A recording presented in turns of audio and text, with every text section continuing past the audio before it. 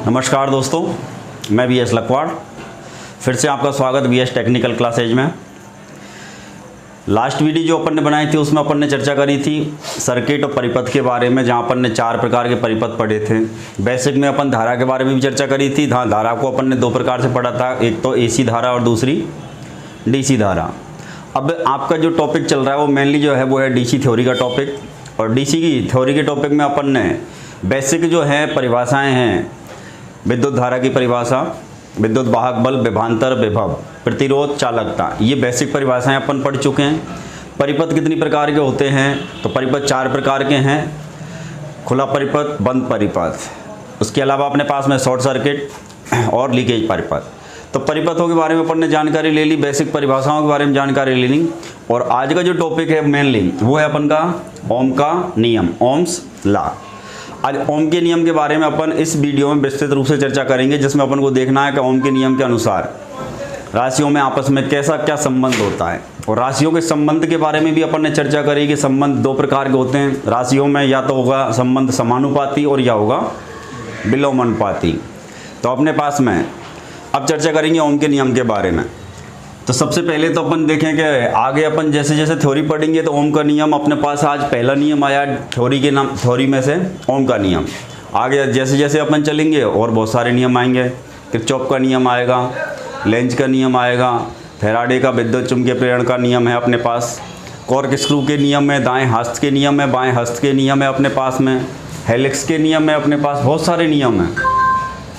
लेकिन अपन एक एक करके यदि नियम पढ़ेंगे तो वो टॉपिक वाइज जाएंगे। बाकी सारे नियमों की एक वीडियो आपके लिए स्पेशल बनाई जाएगी, जिसमें जितने भी नियम है वो सारे नियम एक ही वीडियो के अंदर आपके पास मिल जाएंगे।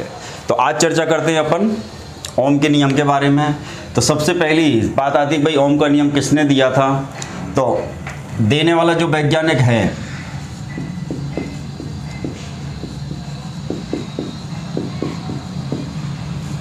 इस वैज्ञानिक का ओम का नियम जो दिया था ये किसने दिया था? तो ये दिया था GS ओम ने।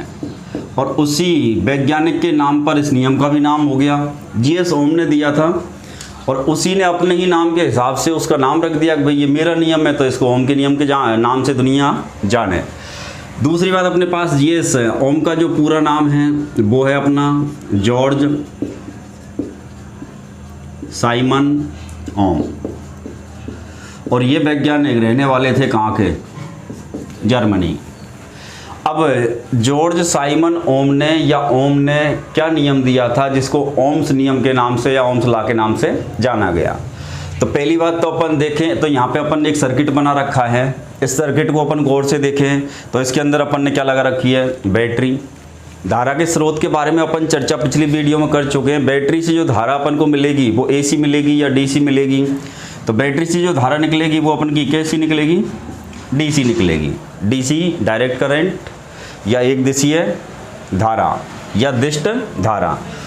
तो इसका मतलब इस परिपथ को क्या अपन DC का परिपथ बोल सकते हैं? तो सिंपल सी बात है, जहाँ सप्लाई DC आएगी वहाँ अपन बोलेंगे DC परिपथ, और जहाँ सप्लाई AC आएगी वो अपने लिए AC परिपथ। तो पहला पॉइंट तो यही ले कि उन्होंने अपने पास जो परिपथ काम में लिया है अपना नियम प्रतिपादित करने के लिए वो AC का लिया या DC का लिया है।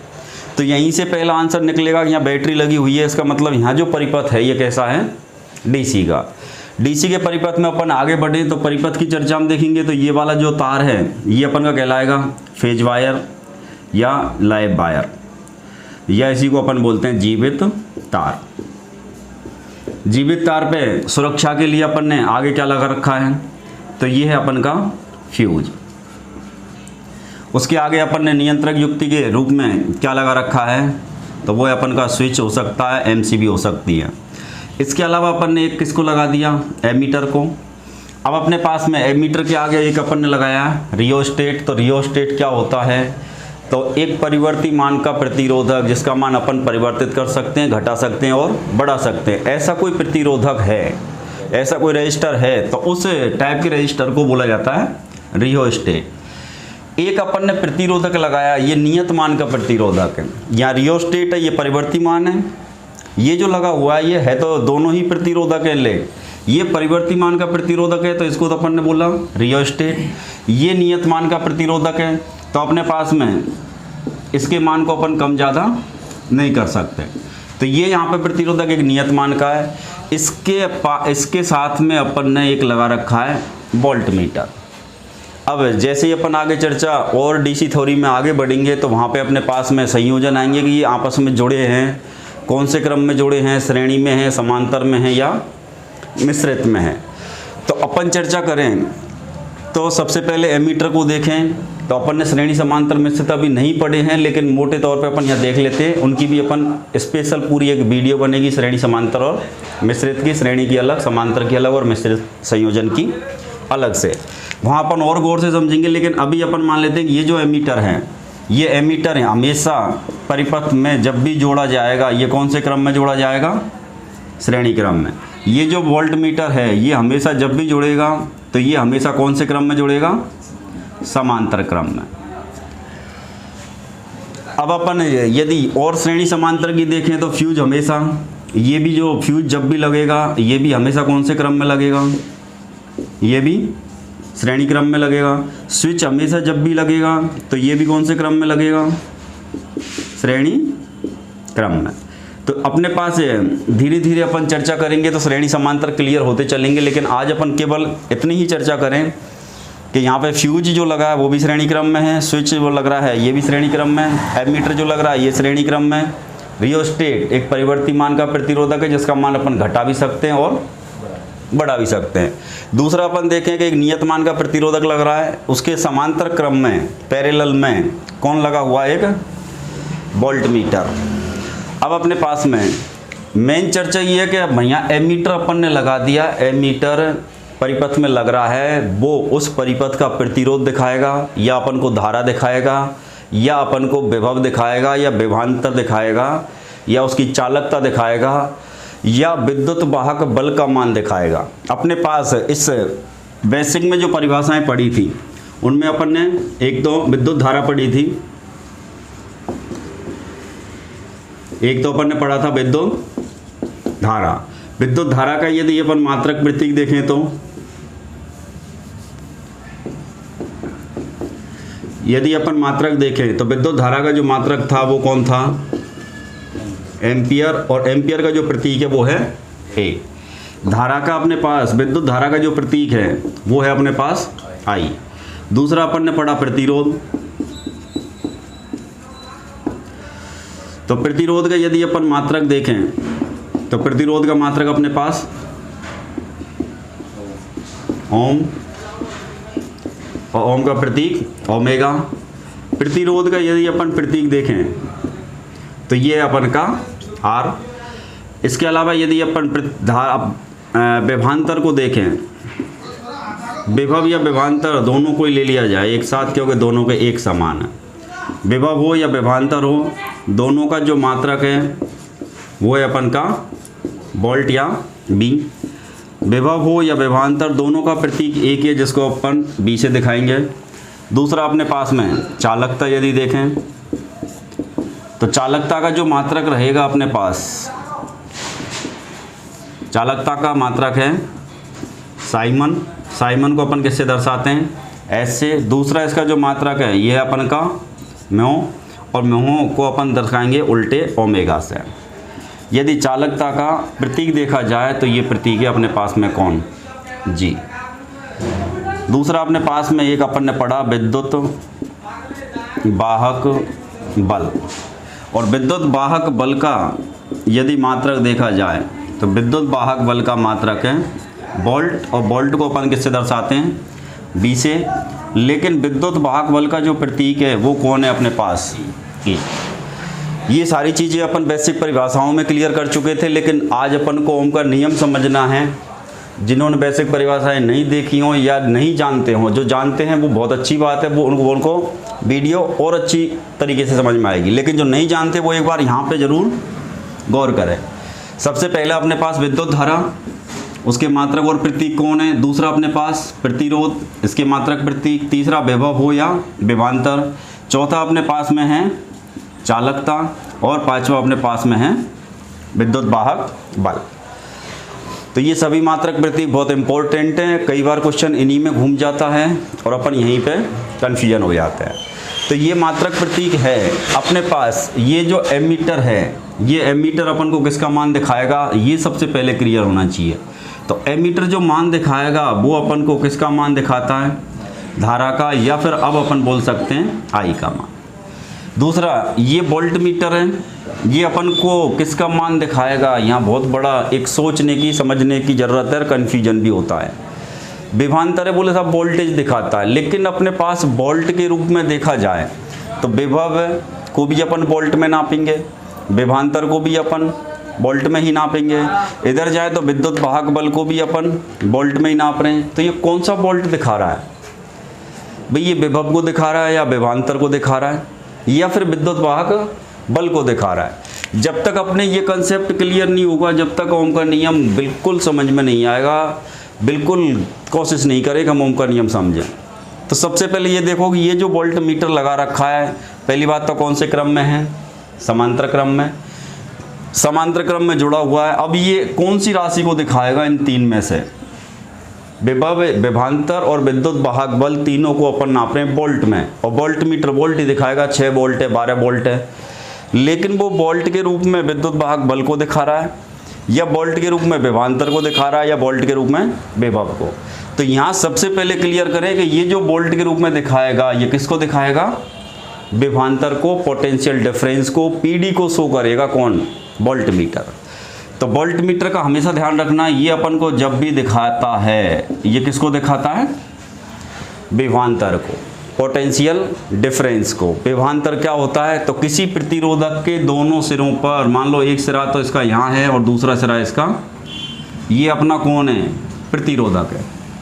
किसी प्रतिरोधक के दोनों सिरों पर पैदा होने वाला विभव का अंतर, उसको अपन क्या बोलते हैं, विभवांतर। और दोनों सिरों के विभव का अंतर जो विभवांतर है उसको कौन नाप के दिखाता है, वोल्ट मीटर। तो वोल्ट मीटर किसको दिखाता है, ये आज ही फिक्स कर लो। पूरी थ्योरी कई जगह तुमने पढ़ भी ली होगी, कई बार अलग अलग टीचरों से भी पढ़ी होगी, बहुत सारे वीडियो यूट्यूब पे भी देखे होंगे। तुमने केवल ये देखा होगा कि ये वोल्टेज दिखा रहा है साहब, वोल्ट दिखा रहा है, लेकिन ये वोल्ट के रूप में 3 राशियाँ अपने पास में जो वोल्ट में नापी जाती हैं। ये कौन से वोल्ट को दिखाता है, विभव का भी मात्रक वोल्ट है, विभवांतर का भी है और विद्युत वाहक बल का भी है। तो सबसे पहले ये पूरी थ्योरी में कंसेप्ट ध्यान रखना, वोल्ट मीटर क्या दिखा रहा है अपन का, विभवांतर दिखा रहा है। अब अपन आगे बढ़े, अब चर्चा करते हैं ओम के नियम के बारे में। अब ओम के नियम की यदि चर्चा करें तो पहला क्वेश्चन अपने पास यहीं से आ जाता है कि भाई अपने पास ओम का नियम किसने दिया था, तो ओम का नियम देने वाला वैज्ञानिक था जीएस ओम। जीएस ओम का पूरा नाम क्या है, तो वो है जॉर्ज साइमन। ओम कहाँ का रहने वाला था, तो ये था जर्मनी का। अब इन्होंने क्या नियम दिया था, तो अपन दूसरा यदि अपन टॉपिक लें तो ओम के नियम के अनुसार भाई इसने क्या बताया था, इसके अनुसार कि मेरा ये नियम है, इसके अनुसार आपको ये बात माननी है जिसको आज पूरी दुनिया मानती है, और उसी के हिसाब से हो रहा है आज की डेट में, उसी के हिसाब से हो रहा है। नियम अपन बहुत सारे पढ़ेंगे, कई नियमों के अंदर अपवाद भी मिलेंगे अपन को, ऐसा नहीं है कि जो बना के चले गए वही चल रहे हैं, उनमें कई जगह अपन को अपवाद मिलेंगे, तो उन अपवादों की भी चर्चा अपन करेंगे। लेकिन ओम के नियम के अनुसार क्या होता है, तो ओम ने बोला था कि भाई नियत तापमान, नियत तापमान एवं नियत भौतिक परिस्थितियों में, नियत तापमान और नियत भौतिक परिस्थितियों में किसी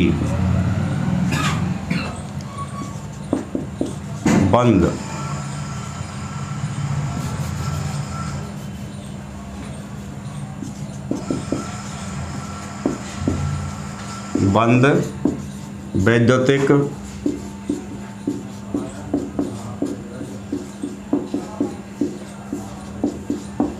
डीसी परिपथ में लगे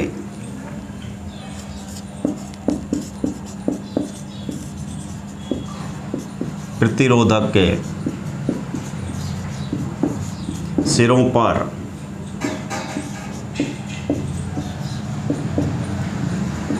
पैदा होने वाला विभवांतर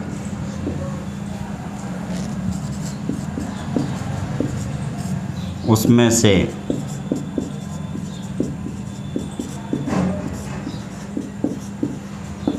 प्रवाहित होने वाली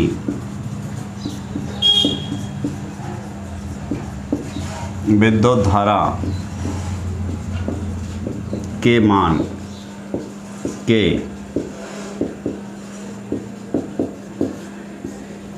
समानुपाती होता है। तो ये नियम था किसका? ओम का। तो ओम के नियम को एक बार बिल्कुल प्यार से धीरे धीरे अच्छी तरह समझे, नहीं पढ़े पहले तो। किसी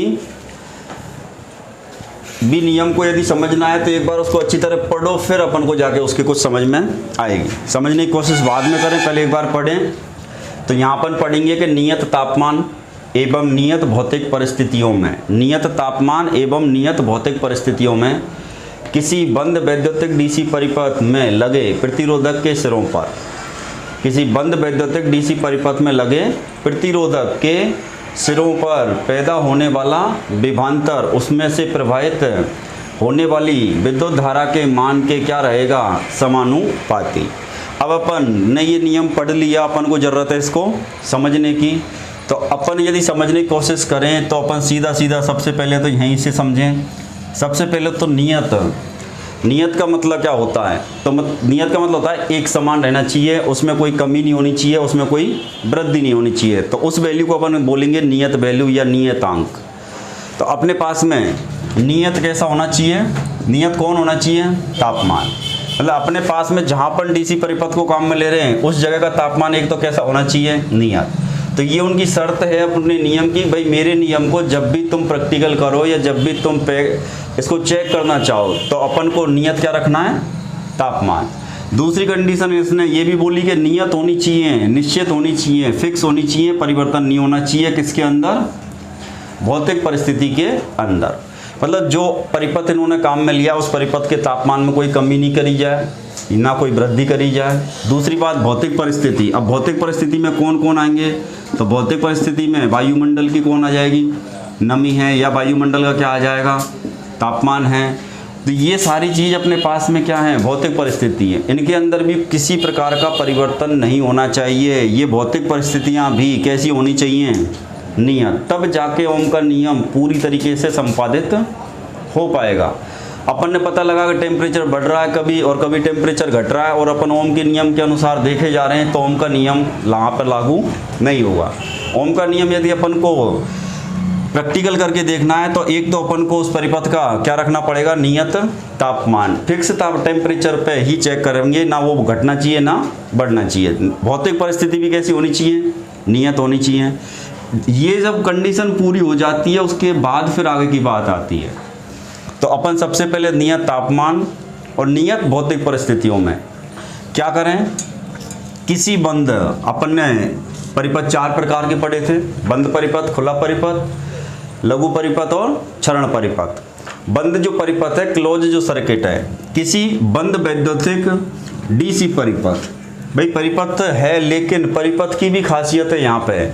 उसने कैसा परिपथ काम में लिया? 4 प्रकार के परिपथ थे, उन 4 में से कौन सा परिपथ काम में लिया? बंद वैद्युतिक होना चाहिए परिपथ। ऐसे नहीं अपन किसी और चीज़ का परिपथ बना दें। धारा कौन सी काम में ली है उसने? तो धारा अपन ने 2 प्रकार की पढ़ी, एसी और डीसी। तो उन्होंने इस परिपथ में धारा कौन सी काम में ली है? डीसी। तो ओम ने कौन से परिपथों पर अपना नियम प्रतिपादित किया या संपादित किया था या प्रैक्टिकल किया था? तो उन्होंने कैसे परिपथ काम में लिए? डीसी परिपथ। एसी परिपथों पर ओम का नियम लागू नहीं होता है, क्योंकि वो खुद कह के गया था भाई जब भी मेरे नियम को काम में लिया जाए तो परिपथ कैसा होना चाहिए? डीसी। तो अपने पास किसी बंद वैद्युतिक डीसी परिपथ में लगे, क्या लग रहे हैं यहाँ पे? प्रतिरोधक। अब प्रतिरोधक कौन है? तो जिसको अपन रेसिस्टेंस बोलते हैं, या इसको अपन रेसिस्टर भी बोल सकते हैं, या फिर इसको अपन प्रतिरोधक बोलते हैं। या फिर अपन जनरल रेजिस्टेंस भी बोलते हैं। ये प्रतिरोधक, रेजिस्टेंस, रजिस्टर, एक ही अर्थ है इन तीनों का। अपने पास में एक युक्ति होती है जो किसी परिपथ में एक नियत मान का प्रतिरोध प्रस्तुत करने के लिए काम में ली जाती है। तो अपने पास किसी बंद वैद्युतिक डीसी परिपथ में लगे, किसको लगा रखा है? प्रतिरोधक को। लगे हुए जो प्रतिरोधक है उसके कहाँ देखना है अपन को? सिरों पर। ये एक प्रतिरोधक अपन ने लगा दिया R, अब इसके ये दोनों क्या हो गए? सिरे। तो प्रतिरोधक के सिरों पर पैदा होने वाला कौन है? ये विभवांतर। ध्यान से देखना, पैदा होने वाला कौन है? ये विभवांतर है। विभवांतर का मात्रक अपन बोर्ड पे देख सकते हैं। मात्रक इसका वोल्ट है, वोल्ट का प्रतीक V है। और विभवांतर का जब प्रतीक पूछा जाए तो विभवांतर का जो प्रतीक है वो V है। तो अपने पास यहाँ जो राशि है, पहली राशि कौन काम में आई है अपने पास? विभवांतर आई है। ये विद्युत वाहक बल नहीं है, विभव भी नहीं है, कौन है? ये विभवांतर है। अब प्रतिरोधक के सिरों पर पैदा होने वाला विभवांतर, उसमें से बोले तो प्रतिरोधक में से, भाई उसमें से, अब उसमें से किसमें से? किसी आदमी में से या ओम में से प्रवाहित थोड़ी हो रही है धारा। उसमें से का मतलब है उस जो प्रतिरोधक अपने परिपथ के अंदर अपन ने लगाया, तो उसमें से प्रवाहित होने वाली विद्युत धारा। दूसरी राशि कौन काम में आ रही है अपने पास? प्रवाहित होने वाली विद्युत धारा। तो अपने पास में इनको गौर से देख लेना है। उसमें से मतलब प्रतिरोधक में से प्रवाहित होने वाली विद्युत धारा का जो मान रहेगा, विद्युत धारा के मान के क्या रहेगा? समानुपाती। क्या होगा? समानुपाती। तो अपन को ये भी समझना जरूरी है भाई समानुपाती का मतलब क्या है। समानुपाती का मतलब है दो राशियों के बीच यदि संबंध समानुपाती है तो एक राशि का मान बढ़ेगा तो दूसरी राशि का मान भी बढ़ेगा। समानुपाती संबंध को बिल्कुल दिमाग में फिट बैठा लो। थ्योरी जब आप पढ़ोगे, कहीं पर भी पढ़ोगे, कैसे भी पढ़ोगे, लेकिन हर जगह अपन को ज़रूरत पड़ेगी। अपन को बहुत अच्छा पढ़ा रहा कोई पढ़ाने वाला, अब पढ़ाने वाला तो बहुत अच्छा पढ़ा रहा, लेकिन अपन को ये पता नहीं है समानुपाती का मतलब क्या है। तो सबसे पहले अपन समानुपाती का मतलब समझेंगे, एक राशि का मान बढ़ेगा तो दूसरी राशि का मान भी बढ़ेगा। अब पूरे नियम को एक बार अपन थोड़ा स्पीड से पढ़ें। नियत तापमान और नियत भौतिक परिस्थितियों में किसी बंद वैद्युतिक डीसी परिपथ में लगे प्रतिरोधक के सिरों पर पैदा होने वाला विभवांतर। अब यह गौर से देखेंगे, प्रतिरोधक के सिरों पर पैदा होने वाला विभवांतर, उसमें से प्रवाहित होने वाली धारा के मान के क्या रहेगा? समानुपाती। तो कौन समानुपाती किसके है, ये चीज़ को समझना बड़ा इम्पोर्टेंट है। तो प्रतिरोधक के सिरों पर पैदा होने वाला विभवांतर किसके समानुपाती है? उसमें से प्रवाहित होने वाली विद्युत धारा। तो विभवांतर का जो प्रतीक है वो तो कौन है? B। और विद्युत धारा का जो प्रतीक है वो कौन है? I। अब अपन लिख सकते हैं कि भाई प्रतिरोधक के सिरों पर पैदा होने वाला B बोले तो विभवांतर, उसमें से प्रवाहित होने वाली धारा बोले तो I के क्या होता है? समानुपाती। विभवांतर मतलब B समानुपाती होता है, विद्युत धारा मतलब I। तो यदि ओम के नियम अनुसार अपन आगे बढ़ते हैं तो अपन यहाँ पे एक निष्कर्ष निकाल पाएंगे, और वो निष्कर्ष क्या निकलेगा? तो वो निष्कर्ष अपना निकल के आ रहा है कौन? विभवांतर। सिरों पर पैदा होने वाला कौन है? विभवांतर। ये समानुपाती है और समानुपाती का चिन्ह अपन ऐसे बना सकते हैं। समानुपाती किसके है? विद्युत धारा के। अपन ने यहाँ पे ये निष्कर्ष निकल के आया इस पूरे नियम का कि किसी भी प्रतिरोधक के सिरों पर पैदा होने वाला विभवांतर, उसमें से प्रवाहित होने वाली विद्युत धारा के मान के क्या रहेगा? समानुपाती। अब यदि प्रतीक के रूप में अपन लिखें तो विभवांतर का प्रतीक कौन है? B। समानुपाती कौन है? I। और यही ओम का नियम। लेकिन ऊपर जो लिखी हुई है अपने पास में ये दो लाइन, ये उसकी शर्तें हैं। ये तो ओम का नियम है, ये उसकी क्या है? शर्तें हैं कि भाई इन शर्तों को फॉलो करोगे तो मेरा नियम लागू होगा, नहीं तो नियम लागू नहीं होगा। अब तुमने उठा के परिपथ मान लो DC की जगह AC का ले लिया और क्वेश्चन में यदि पूछे क्या एसी परिपथों पर ओम का नियम लागू होगा, तो एसी परिपथों पर ओम का नियम कतई लागू नहीं होता है। ओम ने अपनी शर्त रखी है, भाई मेरा नियम लागू करना है तो परिपथ कैसा होना चाहिए, डीसी परिपथ होना चाहिए, जहाँ स्रोत डीसी का आना चाहिए, एसी का स्रोत नहीं होना चाहिए। तो अपन दूसरी शर्त यदि अपन देखें तो उसने नियत माना है किस किस को, तापमान को और भौतिक परिस्थितियों को। तो ये दो लाइनों में तो अपन के पास क्या है, शर्तें हैं कि भाई इन शर्तों का पालन करो, तब जाकर के प्रतिरोधक के सिरों पर पैदा होने वाला जो विभवांतर है वो किसके समानुपाती होएगा, विद्युत धारा के मान के समानुपाती। तब जाके निष्कर्ष निकला कि विभवांतर समानुपाती है किसके, धारा के। तब अपन कह सकते हैं कि बी समानुपाती कौन है, आई है। अब प्रतिरोध का मान यदि तापमान भी नहीं बदला जाए, भौतिक परिस्थिति भी नहीं बदली जाए, तो प्रतिरोधक का मान तो क्या होगा, नियत होगा। इसी चीज को अपन ऐसे लिख सकते हैं कि बी बटे आई बराबर क्या रहता है, एक नियतांक रहता है। और वो जो नियतांक है वो अपने पास बी बटे आई बराबर कौन है, आर। या फिर अपन दूसरे शब्दों में लिख सकते हैं भाई आर बराबर क्या लिख सकते हैं, बी बटे आई। अब यहाँ से अपने पास में एक क्या आ गया, ये समीकरण निकल के आ गया, और यहीं से अपनी न्यूमेरिकल की क्या हो जाएगी, शुरुआत हो जाएगी। लेकिन इन न्यूमेरिकलों को करना तो आसान है, कोई भी कर लेंगे अपन, न्यूमेरिकल तो सीख जाते हैं, लेकिन इन 4 लाइनों को बड़े गौर से पढ़ना है। इनमें से हमेशा क्वेश्चन आते हैं और कितने क्वेश्चन बनते हैं तो उनकी भी चर्चा अपन करते हैं, फिर अपन आगे बढ़ेंगे। तो सबसे पहले तो अपन देखें कि ओम के नियम अनुसार क्या होता है। तो पहला क्वेश्चन तो यही है कि ओम के नियम के अंदर कौन कौन सी चीज़ों को, कौन कौन से घटकों को नियत माना गया है। तो तापमान को नियत माना है और भौतिक परिस्थितियों को भी नियत माना है। भौतिक परिस्थिति में वायुमंडल के अंदर पैदा होने वाली नमी घटती भी है और बढ़ती भी है। लेकिन जब ओम के नियम का पालन करें, जिस जगह पे अपन ओम का नियम प्रैक्टिकल करने जा रहे हैं उस जगह नमी का मान कैसा होना चाहिए, नियत। वायुमंडल का तापमान घट सकता है, बढ़ सकता है, या परिपथ का तापमान घट सकता है या बढ़ सकता है, तो तापमान के लिए उसने स्पेशली लिख दिया। लेकिन यहाँ भौतिक परिस्थितियों के हिसाब से देखें तो ये वायुमंडल का ताप है, ये भी घटना नहीं चाहिए और बढ़ना नहीं चाहिए। इसका मतलब ओम का नियम जब प्रैक्टिकल कर रहे हैं, जिस जगह कर रहे हैं उस जगह टेम्परेचर एक स्थिर रहना चाहिए, क्योंकि ये नमी हुए, ताप हुए या फिर परिपथ का तापमान है, ये सब इस प्रतिरोध के मान को नियत नहीं रहने देंगे। इसके अंदर क्या आएगा, परिवर्तन आएगा। प्रतिरोध घट भी सकता है, प्रतिरोध बढ़ भी सकता है, परिस्थिति के ऊपर निर्भर करेगा। तो ये नियतांक तभी रहेगा जब तापमान और भौतिक परिस्थिति नियत रहेंगी, और जब ये नियत रहेंगी तो इसका मान नियतांक है, और उस नियतांक की जगह अपन किसका मान रखते हैं, आर का। तब जाके अपना एक समीकरण निकल के आता है, आर बराबर बी बटे आई, या अपन बी बटे आई बराबर क्या लिख सकते हैं, आर। अब इसमें अपने पास कितनी राशि है, इसके अंदर कितनी राशि है, तो आगे अपन बहुत सारे समीकरण पढ़ेंगे। ये सबसे छोटा समीकरण है जो आज अपने सामने है, सबसे छोटा ये है।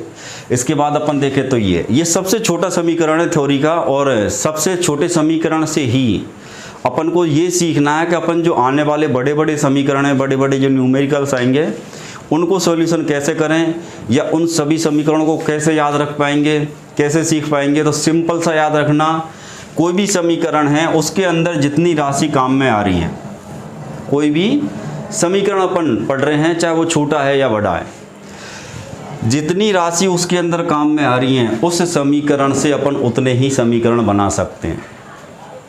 बात आई समझ में या नहीं आई, गौर से समझना, कहीं भी देखना, कहीं भी पढ़ना, इन चीज़ों को गौर से देखना। लेकिन समझने की अंतर है, तो इसको गौर से समझो कि कोई भी समीकरण है अपने पास, चाहे वो छोटा है या बड़ा, उसमें कितनी राशि काम में आ रही है।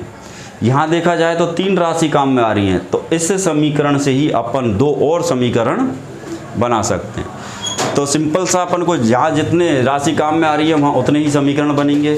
अब अपन को इन तीनों के समीकरण बनाने हैं, तीनों का समीकरण बनाना है तो अपन एक ट्राइंगल काम में लेते हैं जिसको अपन बोलते हैं मैजिक ट्राइंगल या जादुई त्रिभुज। अब मैजिक ट्राइंगल या जादुई त्रिभुज कौन है, तो अपने पास में ये मैजिक ट्राइंगल या जादुई त्रिभुज हो गया। इसको अपन ने 3 हिस्सों में बांट लिया, ये 3 राशि हैं। तो अब अपने पास कौन सी राशि को किस में जमा है,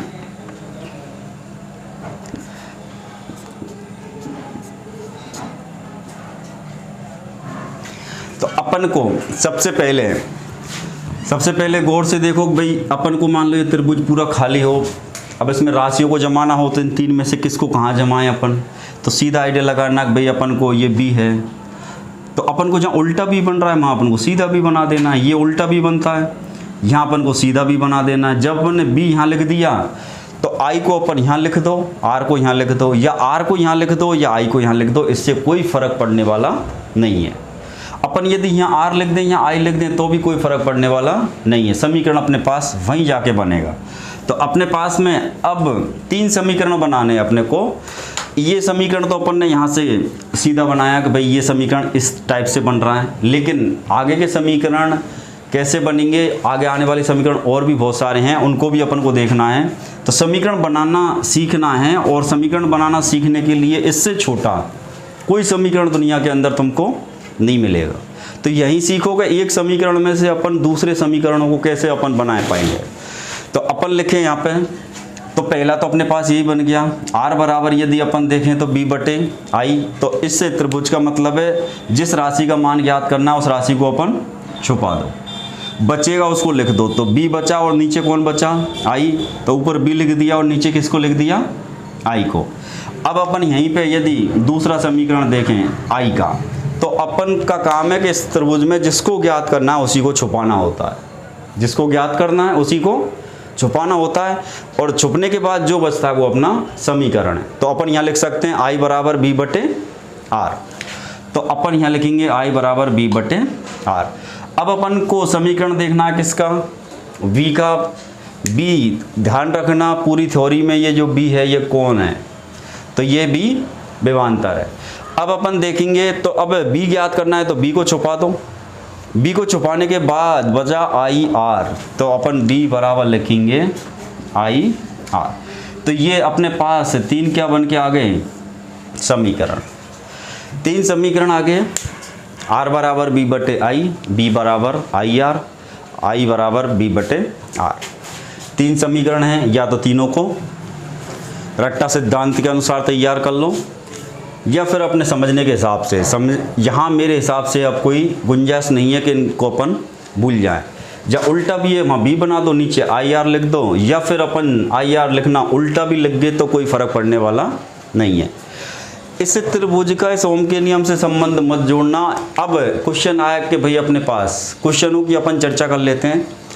पहली बात तो ओम के नियम के अनुसार, यदि ये 2 क्वेश्चन यहाँ तक हो गए, तीसरा क्वेश्चन अपन देखेगा ओम के नियम के अनुसार किसको निश्चित माना गया है। तो ओम के नियम का तापमान और भौतिक परिस्थितियों को कैसे माना गया है, नियत माना गया है, इनको स्थिर माना गया है, इनका नियतांक है। दूसरी बात, ओम का नियम किस प्रकार के परिपथों पर लागू होता है। अब ऑप्शन अपने पास 4 हो सकते हैं, वो अपन को दे सकता है बंद परिपथों पर, बी ऑप्शन दे सकता है अपन को खुले परिपथ, तीसरा अपन को सी ऑप्शन दे सकता है वो लघु परिपथ, चौथा अपन को डी ऑप्शन दे सकता है वो क्षरण परिपथ या लीकेज सर्किट। वो परिपथों के नाम भी दे अपन को ऑप्शन में दे सकता है, भाई किस पर लागू होता है, बंद परिपथ पर, खुले परिपथ पर या लीकेज परिपथ। तो अपन आंसर इस ऑप्शन के हिसाब से जो आंसर देंगे वो तो क्या देंगे, बंद परिपथ। दूसरी बात अपन को वो ऑप्शन दे सकता है, ए ऑप्शन में अपन को लिख दे भाई एसी परिपथों पर, बी ऑप्शन अपन को ए ऑप्शन उसने दे दिया एसी परिपथों पर, बी ऑप्शन दे दिया बीसी परिपथों पर, सी दे दिया ए और बी दोनों पर लागू होता है, डी ऑप्शन उसने दे दिया अपन को इनमें से किसी पर लागू नहीं होता है, कोई नहीं। तो यहाँ अपना जो आंसर लगेगा वो कौन लगेगा, वो लगेगा अपन का डीसी परिपथ। तो गौर से देखना, इसमें से हमेशा क्वेश्चन आते हैं, ये ध्यान रखना। तो दूसरी लाइन में से एक और क्वेश्चन निकल के आ गया, चौथा क्वेश्चन यहीं से अपने पास में भाई किसी बंद वैद्युतिक डीसी परिपथ। तो 2 क्वेश्चन यहीं हैं, दोनों क्वेश्चन यही है कि ओम का नियम किस प्रकार के परिपथ पर लागू होगा। अब ऑप्शन वो दोनों तरीके दे सकता है। तो अपने पास 5वां क्वेश्चन ऐसा भी हो सकता है, 6ठा क्वेश्चन ये किस प्रकार के परिपथों पर लागू होगा। तो ऑप्शन इस तरीके से उसने दिए, परिपथों के नाम पूछें तो फिर आंसर लगेगा बंद परिपथ, खुले परिपथ पर ओम का नियम लागू नहीं होगा, शॉर्ट सर्किट लघु परिपथ पर ओम का नियम लागू नहीं होगा, लीकेज सर्किट क्षरण परिपथ पर भी ओम का नियम लागू नहीं होगा। जरूरी नहीं ऑप्शन अपन को ऐसे ही दे, वो हो सकता है ऑप्शन ऐसे दे दे कि ओम का नियम लागू होता है। तो ओम का नियम ए ऑप्शन में दिया उसने एसी परिपथों पर, बी ऑप्शन दिया डीसी परिपथ, सी दिया ए और बी एसी और क्या डीसी दोनों परिपथों पर लागू होगा, डी दे दिया इनमें से कोई नहीं। तो अब यहाँ ध्यान रखना है ओम का नियम हमेशा किस प्रकार के परिपथों पर लागू होता है, तो हमेशा डीसी परिपथों पर ही लागू होगा, एसी परिपथ पर ओम का नियम लागू नहीं होता है। ये तो बात हुई किसकी, नियम की। लेकिन आगे जब अपन एसी थ्योरी का टॉपिक पढ़ेंगे वहाँ पर एसी के कुछ परिपथ ऐसे हैं जहाँ पर ओम का नियम लागू हो जाता है। तो ये चर्चा हुई अपवाद की। अपन आगे जो एसी थ्योरी के अपन सर्किट पढ़ेंगे वहाँ रेजोनेंस सर्किट आएंगे जिनको अपन बोलते हैं अनुनादी परिपथ, और अनुनादी परिपथ या रेजोनेंस सर्किटों पर ओम का नियम लागू हो जाता है। लेकिन ये बात ओम ने नहीं कही, ओम ने कही थी कि मेरा जो नियम है वो केवल डीसी परिपथों पर ही लागू होता है। लेकिन एसी परिपथों में कुछ परिस्थितियां ऐसी बनी कि वो परिपथ डीसी की तरह काम कर रहे थे, तो डीसी की परिपथ नहीं थे, वो परिपथ तो एसी के थे लेकिन डीसी परिपथों की तरह कार्य कर रहे थे। अब डीसी की तरह कार्य करेंगे तो वहाँ तो ओम का नियम लागू हो जाएगा। तो यहाँ तो अपन को आंसर, जब आंसर देने वाली बात यदि आए किन परिपथों पर लागू होता है तो आंसर कौन लगेगा, डीसी, केवल डीसी ही देना है। किन परिपथों पर लागू होता है तो केवल डीसी पर। अब इसी क्वेश्चन की भाषा को यदि अपन थोड़ा सा चेंज करके देखें, ओम का नियम, ओम का नियम किन परिपथों पर लागू हो सकता है, किन परिपथों पर लागू हो सकता है और एक होता है, दोनों बातें अलग अलग हैं। किन परिपथों पर लागू होता है तो आंसर अपना डीसी परिपथ। किन परिपथों पर लागू हो सकता है तो फिर अपन आंसर यहाँ ये नहीं देंगे। हो सकने वाली जब बात पूछे तो ए और बी दोनों, क्योंकि एसी के जो रेजोनेंस, एसी के रेजोनेंस जिनको अपन बोलते हैं अनुनादी परिपथ, ये जो परिपथ आएंगे अपने पास रेजोनेंस, वहाँ पर भी ओम का नियम लागू हो जाता है। तो हो सकने वाली बात अलग है और होना अलग बात है। उन्होंने जो नियम दिया था वो तो केवल कैसे परिपथ के लिए दिया था, केवल डीसी परिपथों के लिए। भाई अपन के पास एक सिंपल सा उदाहरण लें कि अपने घर के अंदर एक स्प्लेंडर गाड़ी है, वो किसके लिए बनाई कंपनी ने और अपन ने किसके लिए खरीदी। तो कंपनी ने तो ये बनाई भाई कि टू व्हीलर है, वो दो आदमी इसके ऊपर बैठ जाएं और वो अपनी कहीं भी यात्रा करें। लेकिन अपन दो की जगह क्या है, तीन भी बैठ सकते हैं, चार भी बैठ सकते हैं। दूसरी कंडीशन अपन उससे भैंसों के लिए चारा भी ला सकते हैं। तो सकने वाली बात एक अलग हो जाती है और होने वाली बात एक अलग है। बनाई तो थी किसके लिए, दो आदमियों की सवारी के लिए। अब पता लगा कि अपने पास में दो की जगह पांच भी बैठ सकते हैं, तो सकने वाली बात अलग है और होने वाली बात अलग है। ओम ने जो नियम दिया था वो डीसी परिपथों के लिए दिया था। ओम का नियम क्वेश्चन आए, ओम का नियम लागू होता है तो केवल डीसी परिपथ आंसर लगेगा। नियम लागू होता है और नियम लागू हो सकता है तो फिर अपन आंसर देंगे ए और बी, एसी परिपथों पे भी और डीसी। फिर बात आएगी भाई एसी के कौन कौन से परिपथ है अपने पास, तो अपने पास अभी ज़्यादा इसके बारे में चर्चा नहीं करेंगे क्योंकि फिर एक्सएल आ जाएगा, फिर एक्सी भी आएगा, फिर जेड भी आ जाएगा। अब कन्फ्यूजन हो जाएगा, एक्सएल एक्सी जेड कौन है, ये इंडक्टिव रिएक्टेंस क्या होता है, कैपेसिटिव रिएक्टेंस क्या होता है, इम्पीडेंस क्या है, तो इनकी चर्चा अपन बाद में करेंगे।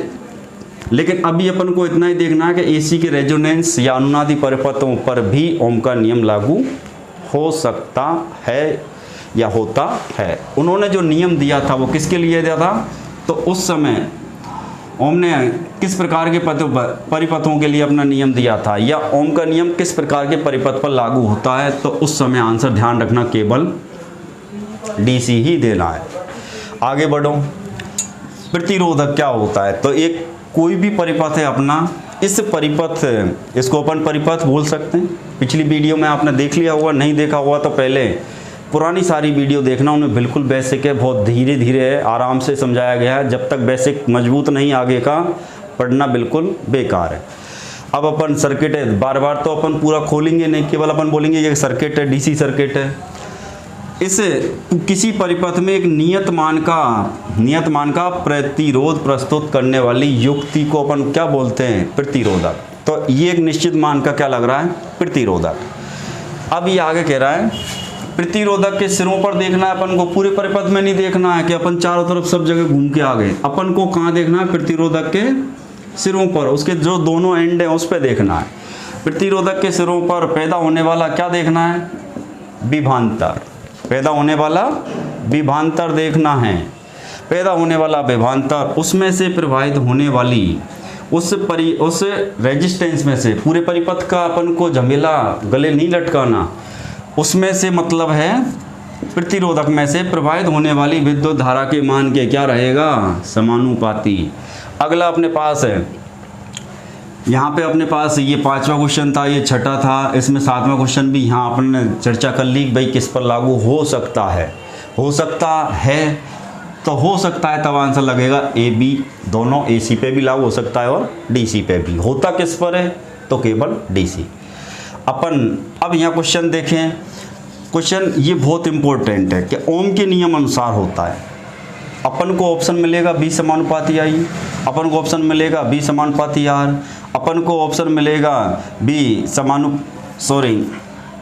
अपन को मिलेगा आई समानुपाती आर। इस तरीके से अपन को कई सारे ऑप्शन अपन को दे देंगे। तो ये बहुत इंपॉर्टेंट क्वेश्चन है, इसको ध्यान रखना कि ओम के नियम अनुसार होता है। ऑप्शन अपन को ऐसे भी लिखे आ सकते हैं, ऑप्शन अपन को ऐसे, दो तरीके से आ सकते हैं। विभवांतर समानुपाती विद्युत धारा, तो ये कोई नया नहीं है, यहाँ अपन ने विभवांतर नहीं लिखा। मात्रक प्रतीक जब पढ़े थे अपन ने, वहाँ अपन ने बहुत गौर से समझा था कि यदि अपन किसी जगह विभवांतर लिखना पसंद नहीं कर रहे तो इसकी जगह किसको लिख सकते हैं? बी को। या विद्युत धारा लिखना पसंद नहीं कर रहे तो अपन आई को, या विद्युत धारा के प्रतीक के रूप में अपन काम में लेते हैं बी, और विद्युत धारा के प्रतीक के रूप में काम में लेते हैं आई। तो ओम के नियम अनुसार ये दोनों चीज़ या दोनों आंसर यदि देखे जाएँ तो ये सही है। विभवांतर समानुपाती विद्युत धारा भी सही है और बी समानुपाती आई। बहुत इंपॉर्टेंट है, कन्फर्म याद रखना।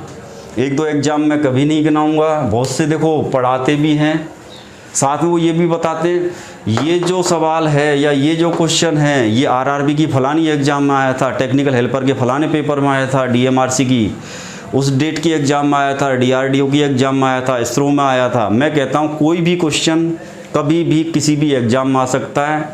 आप हर क्वेश्चन को अपने हिसाब से बिल्कुल तैयार रखें।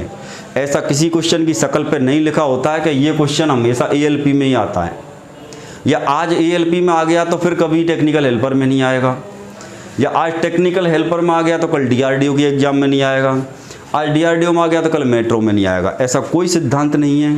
हर क्वेश्चन को आपको एग्ज़ाम की दृष्टि से ही पढ़ना है, चाहे वो एग्ज़ाम में अब तक एक दो बार पूछा है या बिल्कुल नहीं पूछा है या सैकड़ों बार पूछ लिया है।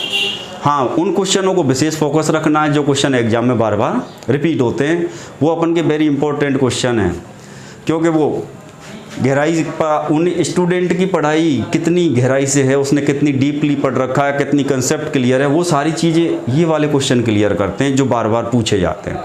लेकिन ऐसा नहीं है कि जो क्वेश्चन आज तक नहीं पूछा अब वो कभी पूछा ही नहीं जाएगा, उसकी भी बारी कभी ना कभी आ सकती है। तो हमेशा ध्यान रखना ये क्वेश्चन अब तक कई एग्जामों में आ गया है। अब आगे बढ़े अपन, तो ये अपन को आंसर बी समानुपाती आई। अब एक थोड़ा सा और अपन यदि इसी बात को आई समानुपाती बी लिख दे, कई बार लड़का यहाँ कंफ्यूज हो जाता, बोले साहब बी समानुपाती आई लिख रहे हैं तो आई समानुपाती बी लिख दिया जाए तो क्या परेशानी है? भाई परेशानी हमको तो कुछ नहीं है। कौन नाराज़ हो जाएगा? ये जॉर्ज साइमन ओम नाराज़ हो जाएगा, बोले मैंने तो ऐसा बोला ही नहीं। तुम कैसे भाई मेरे नियम के बारे में बता रहे हो कि आई समानुपाती बी हो जाएगा? तो यहाँ अपन को अपनी खोपड़ी बिल्कुल नहीं लगानी है, वैज्ञानिकों से बिल्कुल नहीं भिड़ना है, टकराना नहीं है। भाई वो वैज्ञानिक थे, वो कोई पागल या अंगूठा छाप आदमी नहीं थे। उन्होंने बहुत सारे प्रैक्टिकल करे तब जाके कोई बात बोली कि इस बात को ऐसे ही मानना है और ऐसे ही माननी पड़ेगी। अपवाद जो हुए कुछ में वो एक अलग बात है। जैसे इन्होंने डीसी का बोला, पता लगा के एसी का रेजोनेंस सर्किट है तो वहाँ भी आप ओम का नियम लागू कर सकते हो, लेकिन उन्होंने एसी का नाम तो नहीं लिया। तो जब पूछिए कि भाई किस परिपथों पर लागू होता है, बहुत इंपॉर्टेंट कन्फ्यूजन और एग्जाम में आया हुआ क्वेश्चन है, तो ये ध्यान रखना किस पर लागू होता है, तो उस समय तो आंसर केवल डीसी परिपथ ही देना है। किस पर लागू हो सकता है तो आंसर डीसी। ओम के नियम अनुसार होता है तो बी समानुपाती आई। ये कह रहा नहीं साहब मैं तो आई समानुपाती बी लिखूंगा, अरे भाई क्यों लिखोगे, तुम जॉर्ज साइमन ओम के दुश्मन हो, या वो तुमसे कह के गया कि बेटा तू तो लिख लेना और दुनिया तो बी समानुपाती आई लिखेगी। तो ऐसा कुछ नहीं है, उन्होंने जैसा लिखा है वैसा ही अपन को लिखना है। तो यहाँ अपन आई समानुपाती बी यदि आंसर दे रहे हैं तो ये आंसर 100% क्या जाएगा, गलत। और अपन को लिखना है बी समानुपाती आई। बी समानुपाती आई यदि ऑप्शन में नहीं मिले, अपन को ऑप्शन इस तरीके से मिल गया भाई बी समानुपाती आई, आई समानुपाती बी, अपन को ऑप्शन मिल गया ए और बी दोनों, या अपन को लिख जाए इनमें से कोई नहीं। इस तरीके से यदि अपन को 4 ऑप्शन मिलते हैं, अब बहुत से दिमाग लगाएंगे कि बी समानुपाती आई लिख रहा है या आई समानुपाती बी लिखा हुआ है, यार अंतर क्या है दोनों में, भाई बहुत अंतर है। ये कह रहा है कि पैदा होने वाला जो विभवांतर है वो तो धारा के क्या रहेगा, समानुपाती, और ये जो लिखा हुआ है ये कह रहा है उसमें से गुजरने वाली धारा पैदा होने वाले विभवांतर के समानुपाती है। तो इसको कभी नहीं करना, अपन को तो आंसर ये देना है ओम के नियम अनुसार क्या होता है, तो अपन को केवल यही आंसर देना है कि बी समानुपाती आई होता है। चलो अब आगे बढ़े अपन, यहाँ तक मेरे हिसाब से क्लियर हो गया होगा। अपन 3 समीकरण भी बना सकते हैं, अब मैजिक ट्रायंगल भी समझ में आ गया होगा। और किसी टॉपिक में कोई भी क्वेश्चन ऐसा लगे कि भाई यहाँ से ये टॉपिक हमसे छूट गया है और आपके दिमाग में है, तो आप बेशक बेझिझक होके वीडियो के कमेंट में ज़रूर डालें ताकि आपकी बात हम तक पहुँचे, फिर उसका सॉल्यूशन हम आप तक पहुँचाएंगे। तो आइए आगे। अब अपने पास में ये 3 समीकरण निकल के आए, तो ये त्रिभुज अपन ने बना लिया। जहाँ देखो ऊपर से यदि अपन देखें ऊपर के सेक्शन में तो एक बी बन रहा है, यहाँ पे अपन उल्टा बी बना, ये उल्टा अपन ने यहाँ लिख दिया बी, नीचे आई आर। अब जिसको ज्ञात करना था उसी को अपन ने छुपा दिया। अब बी अपन ने छुपा रखा है बी को, तो बी का समीकरण सामने दिख रहा है आई आर। आई को छुपाया तो अपन को सामने समीकरण दिख रहा है बी बटे आर। अपन ने यदि आर को छुपाएंगे तो अपन को समीकरण दिखेगा बी बटे आई। तो इसका मतलब अब यहाँ बी कौन है, तो बी तो अपन को किसको दिखा रहा है, विभवांतर को। ये विभवांतर इन समीकरणों में किस में नापा जाएगा, तो ये नापा जाएगा वोल्ट में। इस समीकरण में ये भी देखना है कि वो राशि जो है वो वोल्ट में है, किलो वोल्ट में है, मेगा वोल्ट में है। तो अपन को ये ध्यान रखना है कि इस समीकरण में अपन जो पढ़ रहे हैं वहाँ पे जो V दिखा रहा है, पहली बात तो किसको दिखा रहा है, विभवांतर को, विभव को नहीं दिखा रहा, विद्युत भाग बल को भी नहीं दिखा रहा। ये B किसको दिखा रहा है, विभवांतर को, और किस इकाई में दिखा रहा है, वोल्ट में। दूसरी अपन चर्चा करें कि भाई I किसको दिखा रहा है, तो I अपन को दिखा रहा है यहाँ मान विद्युत धारा का, और ये किस में दिखाएगा, एम्पियर में। इन समीकरणों में यदि अपन को जो मान लेने, ये भी बिल्कुल गौर से देखना है। ये सबसे पहला समीकरण आया है, इसको बहुत गहराई से समझना है। देखने में छोटा है लेकिन सिखाने के लिए बहुत बड़ा है। ये आगे आने वाले समीकरणों पर सोचेंगे अरे यार मेरे से तो ये गलती होगी, यहाँ तो क्वेश्चन में तो अपन को मिली एम्पियर मिला और समीकरण में जो मान रखा है वो तो अपन को एम्पियर में रखना है भाई। तो इस चीज़ को गौर से देखना है कि समीकरण में जो मान है वो किस वैल्यू के अंदर है। यहाँ ये जो समीकरण बन रहे हैं अपने, इनमें जो धारा का मान जहाँ भी अपन को रखना होगा, या धारा का मान जो निकल के आएगा वो निकल के आएगा किसमें, एम्पियर में। ऐसा नहीं कि मिली एम्पियर में आ जाए, माइक्रो एम्पियर में आ जाए, किलो एम्पियर में आ जाए। तो ये चीज़ें विशेष ध्यान रखनी है अपन को। इस छोटे से समीकरण में ही सारी चीज़ें पकड़नी है आज अपन को। अब आर किसको दिखाएगा, तो आर अपन को दिखाएगा किसका मान, प्रतिरोध का। आर अपन को किसका मान दिखाएगा, प्रतिरोध का। और ये मान ओम में आएगा, किलो ओम में आएगा या मेगा ओम में आएगा, तो ये भी विशेष ध्यान रखने की चीज़ है। इस समीकरण के अंदर यदि प्रतिरोध का मान अपन ज्ञात करते हैं तो उसको अपन किस में दर्शाएंगे, ओम में, ना कि किलो ओम या मेगा ओम। आएगा ओम में ही, अपन को ज्ञात करना है ओम में। तो अपन को यहाँ जब न्यूमेरिकल करने हो तो इस बात का विशेष ध्यान रखना। यदि अपन को वोल्ट किलो वोल्ट में मिले हैं, वोल्टेज की वैल्यू अपन को किस में मिली है, किलो में मिली है, तो पहले इस किलो को तोड़ के क्या बनाने होंगे, अपन को वोल्ट बनाने होंगे।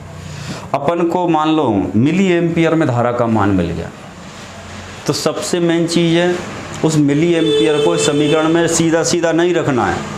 मिली एम्पियर को समीकरण में सीधा सीधा नहीं रखना है। सबसे पहला काम तो ये है कि जो मिली एम्पियर का मान अपन को मिला है उसको अपन किस में बदलें, एम्पियर में बदलें।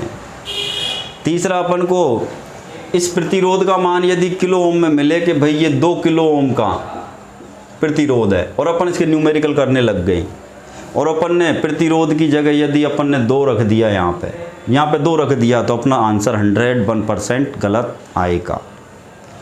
मेन चीज़ है कि अपन यहाँ जब हल कर रहे हैं उस समय प्रतिरोध का जो मान है अपन को जब रखना होता है समीकरण के अंदर, वो किस में रखना होता है, ओम के अंदर। तो यदि ये मान अपन को 2 किलो ओम मिला है तो यहाँ इस समीकरण में अपन को यहाँ 2 नहीं लिखना, अपन को फिर यहाँ क्या लिखना पड़ेगा, 2000 ओम लिखना पड़ेगा। 2000 लिखेंगे तब जाके आगे के चाहे अपन करंट की धारा की वैल्यू या आई की वैल्यू निकालें या बी विभवांतर की वैल्यू वोल्ट की वैल्यू निकालें, तब जाके वो वैल्यू सही आएगी। नहीं तो अपन तो सोचेंगे अपन ने तो समीकरण बिल्कुल सही लिखा, भाई समीकरण भी गलत नहीं है। और यहाँ देखो यहाँ 2 है, मैंने तो 2 लिखा यहाँ पे। भाई अपने पास में यदि इस प्रतिरोध की जगह उसने 2 लिख दिया तो वो ठोक बुझा कहेगा देखो वहाँ 2 है, मैंने 2 यहाँ लिखा है। अरे 2 तो अपन ने लिख दिया, लेकिन उस समीकरण के अंदर ये देखना है कौन सी राशि किस इकाई के अंदर है। तो इस समीकरण के अंदर जब भी क्वेश्चन हल करे जाएं इन तीनों समीकरणों में, उस समय वोल्टेज विभवांतर का जो मान है ये तो किस में होना चाहिए, वोल्ट में। किलो वोल्ट और मेगा वोल्ट में है तो पहले उसको क्या बनाना पड़ेगा, वोल्ट बनाना पड़ेगा। अगला, यदि विद्युत धारा का मान लो मिली एम्पियर, माइक्रो एम्पियर या किलो एम्पियर में मिल गया तो उनको अपन को किलो में नहीं लिखना है, पहले किलो के या मिली के या माइक्रो एम्पियर के क्या बनाने पड़ेंगे, एम्पियर में बदलना पड़ेगा, तब जाके अपने आंसर सही आएंगे। अगला अपना प्रतिरोध का मान ओम में है तो अपन सीधा रख देंगे। यदि किलो ओम में आया तो पहले उसका ओम बनाएंगे, मेगा ओम में आया तो पहले उसका ओम बनाएंगे। अब कई लोगों के कन्फ्यूजन आ रहा होगा साहब ओम को किलो में कैसे बदलें या किलो को ओम में कैसे बदलें, या फिर मिली एम्पियर और माइक्रो एम्पियर, या अपने पास में किलो एम्पियर को फिर एम्पियर में बदलना पड़ेगा। तो इसको अपन कैसे बदल पाएंगे, इसको अपन कैसे बदल पाएंगे। जब इतना हम आपको बता रहे हैं तो आगे आने वाले जो भी कन्फ्यूजन है, सवाल हैं, डाउट हैं, उनको भी बताने की जिम्मेदारी हमारी है। आगे जैसे जैसे अपन न्यूमेरिकल करेंगे तो वहाँ पे अपन बिल्कुल आसानी से पढ़ेंगे कि भाई सबसे पहले इनको ही बदलना सीखना है कि अपन के पास एम्पियर है उसको किलो एम्पियर कैसे बनाएंगे, या फिर उसको मिली एम्पियर कैसे बनाएंगे, या माइक्रो एम्पियर कैसे बनाएंगे। किलो ओम को अपन ओम में कैसे बदलेंगे, मेगा ओम को ओम में कैसे बदलेंगे, या ओम में मान है उसको अपन को किलो में बदलना है। ये सारी इकाई का परिवर्तन भी अपन सीखेंगे। लेकिन अभी अपन को सीखने की बात जो मेन है वो ध्यान रखना है कि जो समीकरण है उन समीकरणों में जो वैल्यू लिखी जाएंगी वो किस में लिखी जाएंगी। तो विभवांतर की वैल्यू वोल्ट में, विद्युत धारा की वैल्यू एम्पियर में और प्रतिरोध की वैल्यू ओम में चलेगी इन तीनों समीकरणों के अंदर। तब जाके अपना आंसर कहीं सही आएगा, नहीं तो आंसर अपना गलत आएगा।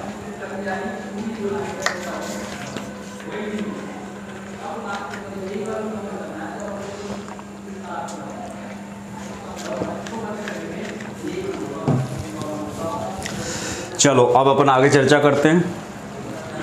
आगे चर्चा करते हैं कि भाई ये ओम के नियम में जो 4 लाइन लिखी है इनको अपन को रटना है या समझना है, या हमने तो रट रखी थी आज तक, समझी कभी नहीं हमने, आज तक रटी हुई थी, समझने की कोशिश ना तो हमने करी ना किसी ने समझाने की कोशिश करी। लेकिन हमको इतना जरूर पता है कि ओम के नियम अनुसार बी समानुपाती आई होता है। बी समानुपाती क्या होता है, आई। अब अपन छोटा सा एक उदाहरण लें, छोटा सा क्या लें, उदाहरण। मान लो ये जो बैटरी लगी हुई है, ये बैटरी का अपन वोल्टेज लेते हैं कितने, ये है कितने वोल्ट की, 12 वोल्ट की। इस बैटरी को अपन ने मान लिया कितने वोल्ट की है, 12 वोल्ट की। अब इस 12 वोल्ट की बैटरी को यदि अपन परिपथ में लगा दें तो परिपथ के अंदर कितने वोल्टेज जाएंगे, तो वो बताएगा अपना वोल्ट मीटर, कि भाई वो अपन को विभवांतर बताएगा। अब विभवांतर का मान यदि अपन को देखना है तो उसको नापने के लिए कौन सा मीटर चाहिए, उसको नापने के लिए कौन सा मीटर चाहिए, तो वो है अपन का वोल्ट मीटर, वो है अपन का वोल्ट मीटर। तो अपन थोड़ी सी चर्चा कर दें कि भाई इस परिपथ में यदि देखा जाए परिपथ की छोड़ो, अपन कोई भी परिपथ के हिसाब से देखते हैं तो एक तो हमेशा ध्यान रखना फ्यूज, एक तो फ्यूज चाहे परिपथ एसी का है या डीसी का है, फ्यूज हमेशा परिपथ में जब भी लगाया जाएगा ये कौन से क्रम में जुड़ता है, तो फ्यूज हमेशा ही श्रेणी क्रम में जुड़ता है। दूसरी अपन चर्चा करें किसकी, स्विच की या एमसीबी। तो स्विच या एमसीबी परिपथ में जब भी लगाई जाएगी ये भी हमेशा कौन से क्रम में लगाई जाएगी, श्रेणी क्रम में। तीसरा अपने पास चर्चा करें एमीटर, जो धारा का मान दिखाता है अपन को, एमीटर जब भी लगेगा तो ये भी ध्यान रखना ये भी हमेशा कौन से क्रम में लगेगा, श्रेणी क्रम में। तो ये 3 पॉइंट अपन क्लियर करो आज ही। ये 3 पॉइंट ऐसे पॉइंट हैं जिनको अपन कहीं भी पढ़े, एसी में पढ़े, डीसी में पढ़े, मशीनों में पढ़े अपन, चाहे AC theory, DC theory, cell battery, चुंबक, कहीं भी अपन जहाँ भी पढ़ेंगे ये फैक्ट हमेशा फिक्स है। हमेशा का मतलब हमेशा, तो हमेशा पॉइंट जो फिक्स रहते हैं उनको तो बिल्कुल कवर रखो। तो फ्यूज हमेशा कौन से क्रम में लगता है, श्रेणी क्रम में लगता है। स्विच हमेशा कौन से क्रम में लगता है, श्रेणी क्रम में लगता है। और एमीटर हमेशा कौन से क्रम में लगता है, श्रेणी क्रम में लगता है। ऐसे ही अपन को यहीं से पॉइंट टू पॉइंट नोट करते हुए चलो। वोल्ट मीटर जो लगेगा, ये जो वोल्ट मीटर लगेगा, ये वोल्ट मीटर हमेशा कौन से क्रम में लगेगा, समांतर क्रम में जुड़ता है। अब जिसका भी अपन को विभवांतर नापना हो उसके समांतर क्रम में किसको लगा दो, वोल्ट मीटर। अब क्वेश्चन यदि है वोल्ट मीटर मान किसका दिखाएगा, तो देखो वोल्ट में अपन किस किस को नाप रहे हैं, विभव और विभवांतर को भी किस में नाप रहे हैं, वोल्ट में, इनका मान भी वोल्ट में आएगा। विद्युत वाहक बल को भी अपन नापेंगे तो वोल्ट में। अब अपने पास 3 राशि हो गई जिनका मान किस में आना है, वोल्ट में आना है। अब ये अब जो वोल्ट मीटर है ये अपन को दिखाएगा भाई 10 वोल्ट दिखाएगा या 5 वोल्ट या 6 वोल्ट जितने भी हैं, लेकिन ये वोल्ट कौन है, तो ये हमेशा ध्यान रखना विभवांतर का मान दिखाता है। वोल्ट मीटर हमेशा कौन सी राशि का मान दिखाएगा, वोल्ट मीटर हमेशा विभवांतर का मान दिखाएगा। और एमीटर हमेशा किसका मान दिखाता है, धारा का। एमीटर हमेशा धारा का, वोल्ट मीटर हमेशा विभवांतर का मान। मीटर और आगे बहुत सारे आएंगे, मीटरों का एक पूरा चैप्टर है तुम्हारे पास। तो ये 4 पॉइंट क्लियर हो जाने चाहिए जो हमेशा फिक्स रहेंगे। फ्यूज हमेशा श्रेणी क्रम में लगेगा, स्विच हमेशा श्रेणी क्रम में लगेगा, एमीटर हमेशा श्रेणी क्रम में।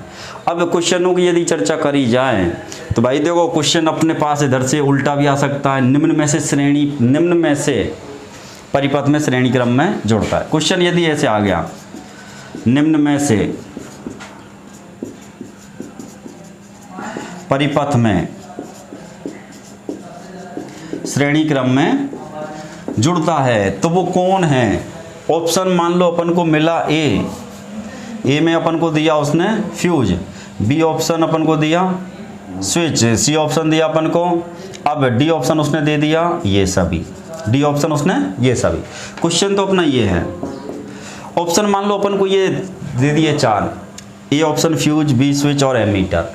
अब यहाँ कन्फ्यूजन होगा, मान लो अपन ने रट्टा लगा के फिक्स कर रखा है फ्यूज हमेशा श्रेणी क्रम में लगता है, तो जिनने रट्टा लगा रखा है वो आंसर देगा फ्यूज।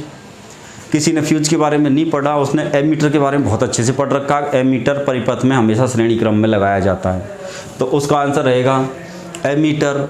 और जिसने इस वीडियो को देख रखा हो या इस वीडियो की तरह कहीं और वीडियो यदि आपने देख रखी हो जहाँ बिल्कुल पूरी तरीके से क्लियर कर रखा है, तो पॉइंट की जगह पे ही क्लियर होगा, ये ध्यान रखना हमेशा। अब श्रेणी क्रम में लगने वाले कौन हैं, तो अपने जिसने पूरा पढ़ रखा है, जो इस वीडियो को देख के आंसर देगा उसका आंसर फ्यूज भी सही है। वो देखेगा फ्यूज श्रेणी क्रम में लगता है, वो देखेगा स्विच भी श्रेणी क्रम में लगता है, वो देखेगा एमीटर। तो वीडियो को देखने वाला तो आंसर देगा डी, रट्टा लगाने वाला फ्यूज भी दे सकता है, एमीटर भी दे सकता है और स्विच भी दे सकता है। लेकिन यदि इनमें से अलग अलग आंसर दिए तो वो सारे आंसर गलत। ये सभी ऐसे घटक हैं जो हमेशा कौन से क्रम में लगते हैं, श्रेणी क्रम में। तो ये चीज़ बिल्कुल गौर से कर लो, फ्यूज, एमीटर और स्विच हमेशा कौन से क्रम में लगेंगे, श्रेणी क्रम में। कौन से तार पे लगेंगे, तो तार वाली बात भी बिल्कुल फिक्स है। अब किस निम्न में से, यहाँ तो अपन ने पूछा है क्रम, यदि तार की बात पूछे तो ये फ्यूज, दूसरा ये स्विच, तीसरा ये एमीटर किस वायर पे लगेंगे। तो ये फिक्स है हमेशा, ये वाला वायर कौन सा है, जीवित तार। कौन सा है ये, जीवित तार या लाइव वायर भी इसको अपन बोलते हैं, या फिर इसको अपन फेज वायर भी बोल सकते हैं, इसको अपन फेज वायर भी बोल सकते हैं। तो ये चीज़ें हमेशा याद रखने की, इनको बार बार रिपीट करने की ज़रूरत नहीं है, दिमाग में फिक्स बैठा लो। फ्यूज फेज वायर पे ही लगेगा, स्विच फेज वायर पे ही लगेगा, एमीटर फेज वायर पे ही लगेगा, ये हमेशा श्रेणी क्रम में लगेंगे। वोल्ट मीटर हमेशा समांतर क्रम में ही लगेगा। अब अपने पास मुद्दा चल रहा था कि भाई ओम ने जो ये 4 लाइन लिखी है क्या ये बात सही है।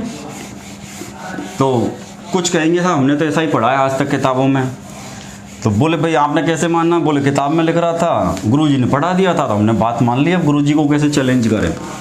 तो इस चीज़ का अपन को यदि पूरी तरह क्लियर करना है तो अपन एक उदाहरण लेते हैं कि अपन उदाहरण के रूप में लेते हैं, माना कि सारी वैल्यू मानी हुई है, माना कि ये जो बैटरी है, ये बैटरी अपने पास कितने वोल्ट की है, ये बैटरी अपन ने लगा रखी यहाँ पे 12 वोल्ट की। ये जो प्रतिरोधक लगा हुआ है इसका मान अपन मान लेते हैं 2 ओम। अब अपन ओम नहीं लिखेंगे, ये ध्यान रखना, यहाँ ओम लिखा हुआ है, ओम नहीं लिखेंगे, उसको प्रतीक काम में लेंगे।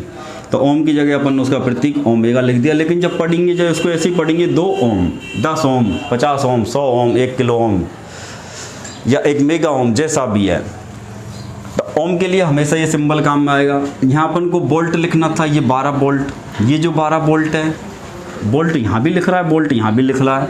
तो अपन कैसे पहचानेंगे ये 12 वोल्ट कौन है, ये विभव है, विभवांतर है या विद्युत वाहक बल है। तो ये जो 12 वोल्ट है इस समय पर ये कौन है अपने पास, विद्युत वाहक बल, ये स्रोत का वोल्टेज है। आगे चर्चा करें तो अब अपन देखो उदाहरण के लिए लें, ये अपने पास 12 वोल्ट का स्रोत है। अब यहाँ से जब जाएंगे तो पूरे 12 वोल्ट चलेंगे, पूरे 12 वोल्ट चलेंगे और उपभोक्ता युक्ति के रूप में यहाँ पे अपन ने एक प्रतिरोधक लगा दिया। उस प्रतिरोधक के प्रतिरोध का जो मान है वो कितने ओम है, 2 ओम। अब अपन को ये देखना है कि भाई इसके सिरों पर विभवांतर है, पूरा जा रहा है। तो इस परिपथ को यदि अपन लें तो सबसे पहले यदि अपन इस परिपथ में विभवांतर का मान यदि देखें तो ये कितने वोल्ट रहेगा, 12 वोल्ट। पूरे परिपथ में यदि और कोई लग ही नहीं रहा है, भाई और कोई लगा हुआ है ही नहीं। यदि और कोई होता तो फिर एक कंडीशन अलग आ जाएगी और उस कंडीशन को अपन श्रेणी समांतर और मिश्रित संयोजन में और विस्तृत रूप से समझेंगे। अभी यहाँ पर रायता फैलाने से फ़ायदा नहीं है। अपन को ये देखना है कि ये ओम ने जो बात कही थी ये बात बिल्कुल सही है या फिर अपन केवल रट्टा लगाए जा रहे हैं कि हाँ ओम ने कहा है, ओम ने कहा है, चलो भैया ओम ने कहा है ऐसा। तो अपन थोड़ा सा क्लियर करें। तो क्लियर करने के लिए अपन ने मान लिया कि एक स्रोत यहाँ 12 वोल्ट का लगा रखा है। इस 12 वोल्ट से इस तक पहुँचने वाली वोल्टेज 12 ही रहेगी क्योंकि यहाँ एक ही प्रतिरोधक है, इसके अलावा और कोई। भाई मान लो अपने पास एक आदमी है, उसके पास तनख्वाह आती है। अब उस तनख्वाह में से जो खर्चा देना है वो एक तो आदमी है, उसके एक ही लड़का है, एक ऐसा है इसके 4-5 लड़के हैं। अब एक तो 4-5 जगह डिवाइड कर देगा तो वो 4-5 जगह डिवाइड हो जाएगी वो वैल्यू। भाई वो अपनी तनख्वाह में से 20,000 खर्च कर सकता है, तो मान लो 5 को देगा तो वो 4-4 हज़ार रुपये देगा। फिर अपन चर्चा करेंगे श्रेणी में है या समांतर में, फिर वो वैल्यू अलग कैलकुलेट की जाएगी। लेकिन मान लो जब वैल्यू अपने पास प्रतिरोधक या खर्चा करने वाला मान लो किसी आदमी के एक ईयर वो 20,000 खर्च कर सकता है, तो पूरे 20,000 किसको देगा, वो अकेले को देगा। तो वो कंडीशन है। या स्रोत 12 वोल्ट का है, स्रोत यहाँ पे 12 वोल्ट का है। तो ये पूरे जो 12 वोल्ट है ये सब किसको जाएंगे, आर के लिए। तो अपने पास इस परिपथ में इस प्रतिरोधक आर को मिलने वाली जो वोल्टेज है या विभवांतर का जो मान है वो तो कितना है, 12। अब अपने पास यदि प्रतिरोधक का मान अपन देखें, प्रतिरोधक एक युक्ति होती है, प्रतिरोध एक गुण होता है, ध्यान रखना। प्रतिरोध का मान यदि अपन देखें तो यहाँ पे कितना है, 2 ओम। अब अपन को वो पूछ ले कि भाई ये एमीटर कितने एम्पियर दिखाएगा, यहाँ पर ये एमीटर अपन को कितने एम्पियर दिखाएगा, या फिर ये वोल्ट मीटर अपन को कितने वोल्टेज दिखाएगा। तो अपन को यहाँ न्यूमेरिकल नहीं करनी, अपन को तो केवल ये बात समझनी है कि ये भाई साहब जो ओम हैं ये सही बोल के गए या कुछ ऐसे ही अपने डी खा के चले गए। तो इस चीज़ को अपन देख रहे हैं कि ओम ने जो बात कही है वो बात सही है या गलत है। ओम के हिसाब से अपन देखें तो अपन को एक तो क्या चाहिए, ओम के नियम के हिसाब में यदि देखें तो एक तो अपन को विभवांतर का मान देखना है, दूसरा अपन को किसका मान देखना है, धारा का। अब यदि विद्युत धारा का अपन मान चर्चा करें तो विद्युत धारा, अब विद्युत धारा का अपन को ज्ञात करना है भाई एमीटर, पहली बात तो विद्युत धारा का मान दिखाता है, श्रेणी क्रम में लगता है। अब विद्युत धारा का मान कितना होगा, तो अब अपन यहाँ देखें तो इस विभवांतर को अपन किससे दिखाते हैं, बी से, प्रतिरोध को अपन आर से, विद्युत धारा को अपन आई से। समीकरण अपने पास देखना है तो समीकरण अपन पहले बना चुके हैं, और एक बार मैजिक ट्रायंगल में यहाँ रख देता हूँ आपके लिए, ये बन गया मैजिक ट्रायंगल। अब अपन को आई का समीकरण चाहिए तो आई को छुपा दो, आई छुपी तो बचा बी बटे आर, आई छुपाने के बाद अपने पास कौन बचा, बी बटे आर। बी कौन है, बी है विभवांतर का मान, कितना है अपने पास 12 वोल्ट, यहाँ लिखो अपन बी की जगह 12 है। आर कौन है, प्रतिरोध, प्रतिरोध का मान कितना है 2 ओम, तो आर की जगह अपन लिखेंगे अब 2। अब अपने पास में मान आएगा कितना 6, ये जो मान आया ये किसका मान आया, आई का। और विद्युत धारा का मात्रक और प्रतीक अपन ने देख लिए, तो प्रतीक तो काम में ले लिया, लेकिन मात्रक कौन है ये ध्यान रखना है, एम्पियर। अब चाहें तो अपन पूरा एम्पियर लिख दो, और यदि अपन एम्पियर नहीं लिखना चाह रहे तो इसकी जगह इसका प्रतीक काम में ले सकते हैं ए, तो अपन यहाँ लिखेंगे 6A, और 6A का मतलब है 6 एम्पियर। इसका मतलब इस परिपथ में अपन ने माना 12 वोल्ट की बैटरी थी, माना कि 2 ओम इसका प्रतिरोध था, उस समय ये एमीटर का मान क्या रहेगा, तो ये ध्यान रखना अपने पास इस एमीटर के अंदर अब जो मान आएगा तो ये कितना आएगा, तो ये आएगा 6 एम्पियर। ये क्या आ गया 6 एम्पियर। यहाँ तक मेरे हिसाब से सबका क्लियर हो गया होगा। वैल्यू अपन ने मानी हुई रखी है कि माना इस बैटरी की स्रोत की वोल्टेज है 12, यहाँ से निकली और कोई इस परिपथ में है नहीं, उपभोक्ता के रूप में केवल एक ही प्रतिरोधक लगा हुआ है, एक रेजिस्टेंस लगा हुआ है, तो ये पूरे 12 वोल्ट इसको मिलने हैं। दूसरी बात, इस प्रतिरोधक युक्ति जो है इसके प्रतिरोध का जो मान है वो कितना है 2 ओम है, तो अपने पास में विभवांतर का मान आ गया कितना 12, प्रतिरोध का मान है 2 ओम। अब विद्युत धारा का मान अपन को ज्ञात करना है आई, उसके लिए समीकरण है आई बराबर बी बटे आर, या अपन यहाँ से बना सकते हैं आई बराबर बी बटे आर।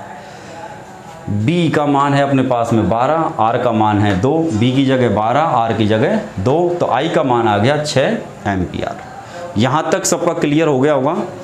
अब अपन को देखना ये है, उसने ये बोला है कि नियत तापमान और नियत भौतिक परिस्थिति। मान लिया हमारा तापमान नियत है, मान लिया हमारी भौतिक परिस्थिति भी हमने नियत कर रखी है। अब किसी बंद विद्युत डीसी परिपथ, तो हमने ये भी मान लिया कि ये बंद डीसी परिपथ है, स्विच को हमने क्या कर दिया ऑन, तो डीसी जाएगी, तो बंद भी है और डीसी भी है, तो बंद डीसी परिपथ तैयार हो गया। हमने इसकी यहाँ तक की सारी शर्तें पूरी कर दी। अब प्रतिरोधक के सिरों पर, तो प्रतिरोधक भी 2 ओम का अपन ने यहाँ लगा दिया। तीसरी बात, जाओ प्रतिरोधक के सिरों पर ये ध्यान रखना है अपन को, वो जो वोल्टेज विभवांतर जो देखना है वो कहाँ देखना है, प्रतिरोधक के सिरों पर। सिरों पर पैदा होने वाला कौन है, ये विभवांतर है। सिरों पर पैदा होने वाला विभवांतर, जिसको कौन नापेगा, वोल्ट मीटर। किसका मान, विभवांतर का। कौन से क्रम में लगता है, श्रेणी क्रम में। तो प्रतिरोधक के सिरों पर पैदा होने वाले विभवांतर का मान, इसमें से प्रवाहित होने वाली धारा के क्या रहेगा, समानुपाती, बी समानुपाती आई, ये वाली बात बोल लिया उसने। तो अब अपन ने यहाँ तक तो देखा कि मान लो यहाँ वोल्टेज 12 हैं, इसका मान 2 ओम है, सारी परिस्थिति नियत है, ना किसी में कोई चेंज है, ना कोई कमी है, ना कोई वृद्धि है। सीधा सीधा अपन ने देखा, और यहाँ पर अपन के पास धारा का मान कितना आया 6 एम्पियर। तो इसमें से अब ये देखना है अपन को कि भाई उसने तो ये बोला था सिरों पर पैदा होने वाला विभवांतर, इसमें से जाने वाली धारा के क्या रहेगा, समानुपाती। तो धारा यहाँ से चली, यदि यहाँ से 6 एम्पियर निकली है धारा, तो आगे भी 6 होती चली गई है, आगे भी 6 होती हुई चली गई। अब अपन को इस परिपथ में कौन लगाया, रियोस्टेट। क्या लगाया गया, रियोस्टेट। रियोस्टेट यदि लगाया है तो रियोस्टेट के बारे में यदि अपन चर्चा करें तो रियोस्टेट जो होता है ये होता है एक परिवर्ती मान प्रतिरोधक। परिवर्ती मान प्रतिरोधक को ही बोला जाता है रियोस्टेट। तो रियोस्टेट क्या है? तो रियोस्टेट है एक परिवर्ती मान का प्रतिरोधक। रियोस्टेट एक परिवर्ती मान प्रतिरोधक है। तो रियोस्टेट परिवर्ती मान जो प्रतिरोधक है तो इसको अपन देखें कि यदि इसके मान में अपन कमी कर दें या वृद्धि कर दें। अब यदि अपन यहाँ पे प्रतिरोध का मान क्या करेंगे, बढ़ा देंगे। प्रतिरोध का मान क्या कर देंगे, बढ़ा देंगे। बढ़ा देंगे तो ये भी वोल्टेज क्या कर देगा, ड्रॉप। जिस अनुपात में अपन प्रतिरोध का मान यहाँ बढ़ाएंगे तो धारा का मान क्या हो जाएगा, कम। आगे जाने वाली धारा का मान क्या हो जाएगा, कम। तो इस विभवांतर का मान भी क्या हो जाएगा, कम। तो अपन कह सकते हैं कि वो जो विभवांतर है वो विद्युत धारा के मान के क्या रहेगा, समानुपाती। या फिर अपन ऐसे समझ ले कि ये पहले अपन ने जो बैटरी लगाई थी ये कितने वोल्ट की थी। यहाँ थोड़ा कन्फ्यूजन होएगा क्योंकि अभी रियोस्टेट के बारे में नहीं पढ़ा अपन ने। रियोस्टेट ऐसा है, इसका मान अपन घटा भी सकते हैं और बढ़ा भी सकते हैं। अब यदि इसका मान अपन बढ़ाएंगे, जैसे जैसे प्रतिरोध का मान बढ़ेगा तो अपन ने संबंध पढ़े थे, वहाँ अपन ने पढ़ा था धारा का और प्रतिरोध का जो संबंध है वो विलोमानुपाती है। इसका मतलब प्रतिरोध का मान बढ़ेगा तो धारा का मान घटेगा। अब अपने यदि यहाँ धारा के मान में वृद्धि, प्रतिरोधक ये रियोस्टेट है, इसके प्रतिरोध को यदि बढ़ाएंगे तो यहाँ से गुजरने वाली जो धारा है इसके मान में क्या हो जाएगी, कमी हो जाएगी। और जब धारा यहाँ पे कम हो जाएगी तो इसमें वोल्टेज का मान भी क्या हो जाएगा, कम। क्योंकि वो वोल्टेज पहले इसको नहीं मिल रहा था लेकिन अब इसका मान अपन ने बढ़ा दिया तो यहाँ पे भी वोल्टेज क्या हो जाएंगे, ड्रॉप हो जाएंगे। तो पहले तो पूरे 12 वोल्टेज यहाँ तक जा रहे थे। अब जिस अनुपात में धारा कम हुई है उस अनुपात में इसके वोल्टेज भी कम हो जाएंगे। अब कुछ कहेंगे साहब बात समझ में नहीं आई। जिनको बात समझ में आ गई वो अच्छी बात है, जिनको नहीं आई वो दूसरी तरीक़ा से समझो। ये अपन ने स्रोत बैटरी कितने वोल्ट की लगा रखी है, अभी 12 वोल्ट की है। अब अपन देखेंगे इसकी सारी चीज़ नियत मान रखी है। ये मैंने नहीं मान रखी है, आपने नहीं मानी, ये ओम कह गया कि इनको सबको नियत मानना है। चल भैया, हमने जैसे आपने कहा वैसे मान लिया कि हम सबको नियत मानते हैं, इसके मान में भी कोई चेंज नहीं करें, यहाँ भी कोई चेंज नहीं करें। लेकिन अपन थोड़ा उदाहरण के लिए यदि समझें कि ये 12 वोल्ट है, इस 12 वोल्ट की जगह यदि अपन यहाँ 24 वोल्ट, 12 वोल्ट की जगह यदि अपन बैटरी या स्रोत 24 वोल्ट का लगा दे, अब अपन ने 12 की जगह लगा दिया 24 वोल्ट का, तो क्या धारा अभी भी 6 एम्पीयर रहेगी। अब वहाँ अपन ने लिखा था 20 समानुपाती आई, पहले वोल्टेज 12 थे, उस समय धारा का मान 6 था। अब वोल्टेज अपन ने 12 की जगह कितने कर दिए, 24। क्या ये वोल्टेज का मान इससे 2 गुना हो गया। भाई वोल्टेज का मान अब पहले के बजाय क्या हो गया, 2 गुना। तो ओम के नियम के अनुसार धारा का मान भी क्या होना चाहिए था, 2 गुना। और 2 गुना होकर के कितना होना चाहिए, ये 12 एम्पीयर। ये तो बात बनती है ओम की। ओम का कहना ये है कि यदि वोल्टेज 2 गुने तुमने करे हैं तो मेरी धारा 6 नहीं रहेगी, कम भी नहीं रहेगी, ज़्यादा भी होगी तो कितनी होनी चाहिए, जितने वोल्टेज ज़्यादा हुए उतनी धारा ज़्यादा होनी चाहिए। वो होता है समानुपाती संबंध। वोल्टेज यदि 4 गुने हो गए तो धारा का मान 4 गुना होना चाहिए, तो मेरा नियम की बात बनेगी, नहीं तो नहीं बनेगी। तो अब इसको अपन प्रैक्टिकली करके देखें कि भाई अपन ने मान लो ये बैटरी यहाँ से हटा दी 12 वोल्ट वाली, उसकी जगह अपन ने एक बैटरी लगा दी जिसमें कितने वोल्ट हैं, 24 वोल्ट। 24 वोल्ट की अपन ने यहाँ एक बैटरी लगाई। तो अब यहाँ और तो कोई है नहीं, केवल इकलौता एक रेजिस्टेंस है R, और इसमें अपन ने कोई चेंज नहीं किया, ये 2 ओम का है। टेम्परेचर भी नियत है, भौतिक परिस्थिति भी नियत है।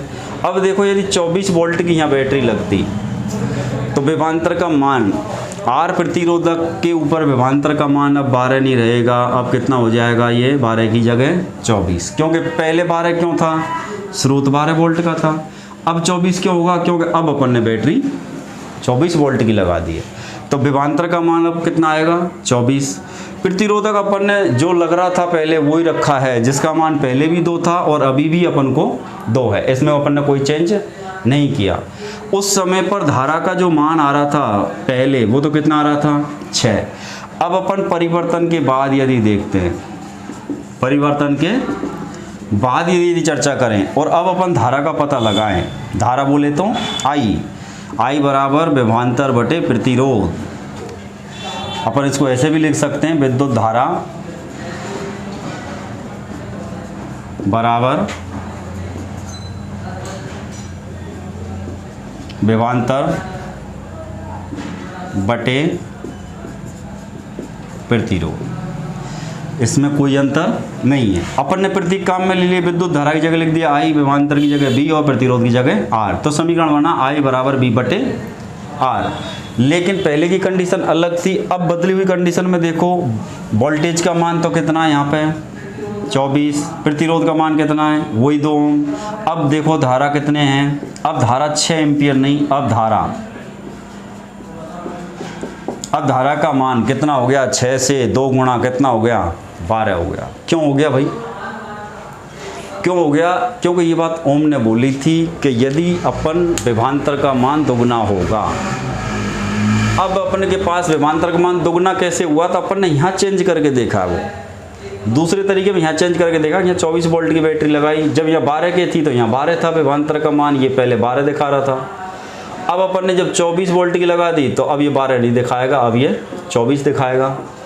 तो अब 24 वोल्ट हैं, तो विभवांतर का मान पहले के बजाय अब दुगना हो गया, 12 की जगह 24। तो यहाँ धारा का मान 6 एम्पियर की जगह अब कितना हो गया 12 एम्पियर। क्या ये दुगना हो गया? यदि ये दुगना हुआ तो ये भी दुगना हुआ। और यही बात उसने बोली थी कि जब विभवांतर के समानुपाती रहेगा धारा का मान, ओम के नियम अनुसार क्या होता है, तो उन्होंने यही बोली थी बी समानुपाती रहेगा आई। समानुपाती का मतलब है बी के मान में कम आएगी तो आई के मान में भी कमी। बी के मान में यदि तुम वृद्धि जितनी करोगे उतनी ही वृद्धि किसके मान में होगी, आई के मान में। लेकिन उसकी शर्तें, 3 शर्तों को नियत रखना अपन को। तो ये अपना ओम का नियम। तो यहाँ भी अपन क्वेश्चनों की चर्चा करें तो बहुत सारे क्वेश्चन अपने तैयार हो गए।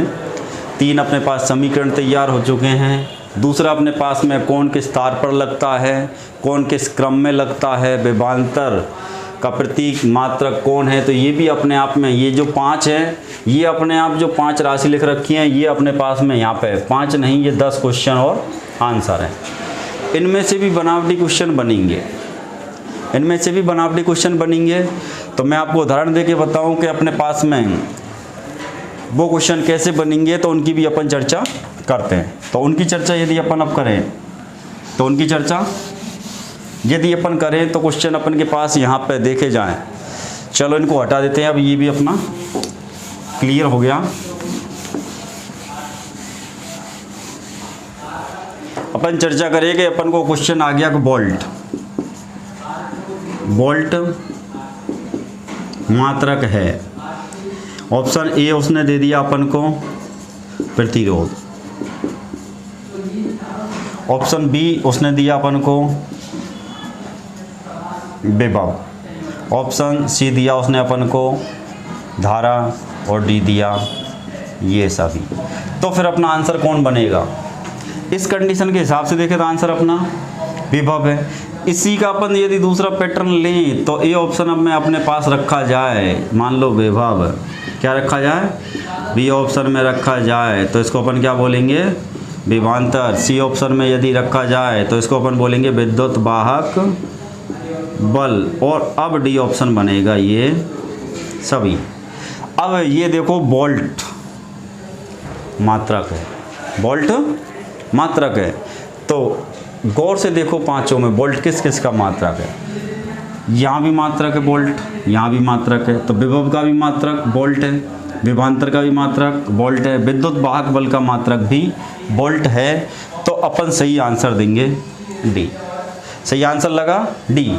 कई बार वो क्वेश्चन को थोड़ा सा ट्विस्ट दे देगा, घुमा देगा, वो अपन को यहाँ ये नहीं देगा कि मात्रक है, अपन को क्वेश्चन दे दिया वोल्ट प्रतीक है, वोल्ट प्रतीक है। तो अपन सोचेंगे वोल्ट प्रतीक है, तुरंत दिमाग करेगा विभव, विभवांतर, विद्युत वाहक बल। लेकिन इनका वो प्रतीक नहीं है, इनका मात्रक है, तो यदि क्वेश्चन ये है तो आंसर कौन लगेगा। यदि क्वेश्चन अपन को ऐसे आ गया तो परेशान नहीं होना है, आंसर गलत नहीं देना अपन को बिल्कुल। अब अपन को ऑप्शन ऐसे मिलेंगे, विभव है, बी ऑप्शन विभवांतर है, सी ऑप्शन विद्युत वाहक बल, और यहाँ मिलेगा इनमें से कोई नहीं। इस तरीके से अपन को मान लो 4 ऑप्शन मिल गए और रट्टा अपन ने लगा रखा है विभव विभवांतर।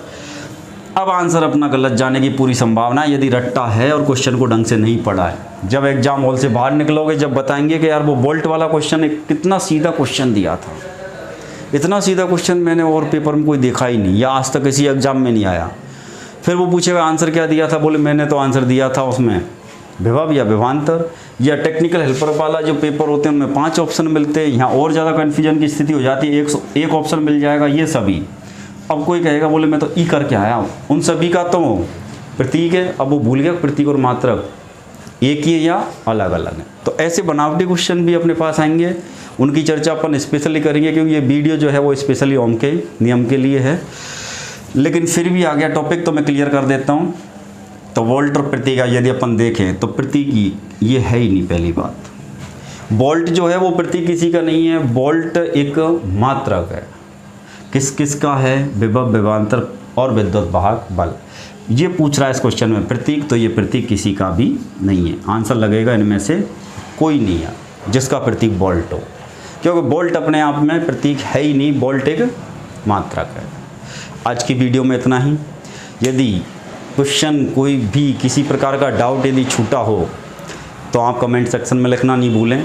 वीडियो को पूरा देखने की आदत डालें और पुरानी जो वीडियो हैं सभी को सीरियल से देखें। बेसिक यदि बहुत अच्छा होगा तो थ्योरी पढ़ने का मज़ा होगा, और नहीं तो अपने पास घसीटते हुए चलेंगे, अपन घसीटते हुए चलेंगे। जैसे अपने पास में यदि अपन कहीं टाइम पे जाके पहुंच गए, कहीं बारात जा रही है, टाइम पे पहुंच गए और बस में जगह बढ़िया मिलेगी, अपन आराम से बैठ के चलेंगे, दुनिया के मज़े लेते हुए चलेंगे। पता लगा कि बस बारात जाने वाली थी, बिल्कुल लास्ट में भागते भागते पहुँचे तो कहीं लटक रहे हैं, कहीं अपन गिर रहे हैं, कहीं किसी के पैर पे पैर आ रहा है। तो ऐसी ही कुछ पढ़ाई की स्थिति हो जाएगी। कहीं कोई जनरेटर अपन के दिमाग पे जोर दे रहा है, कहीं मोटर धक्का मार रही है अपन को, कहीं रेजिस्टेंसों के समझ में नहीं आ रहे, कहीं एसी थ्योरी का इंडक्टेंस ही निकल गया, कहीं रिएक्टेंस निकल गया। तो यदि समय पे चलोगे तो बढ़िया सीट मिलेगी। बढ़िया से मतलब यदि बेसिक को अच्छी तरीके से पढ़ोगे, बेसिक का पूरा कंसेप्ट क्लियर होगा, आगे की वीडियो जब आप देखोगे या आगे की क्लास जब देखोगे तो देखने में मज़ा आएगा। और नहीं तो धक्का मुक्की चलती रहेगी दिमाग में कि ये कहाँ से आ गया, ये कहाँ से आ गया। ठीक है, तो दोस्तों पढ़ते रहिए और कोई डाउट है उसको हमको बताते रहिए कमेंट में। वीडियो को ज़्यादा से ज़्यादा आप लाइक कर लें, शेयर करें, दोस्तों से सब्सक्राइब कराएं चैनल को, और जितना ज़्यादा हो सके सारी वीडियो को देखें। ठीक है, आज के लिए इतना ही बहुत। जय हिंद, जय भारत।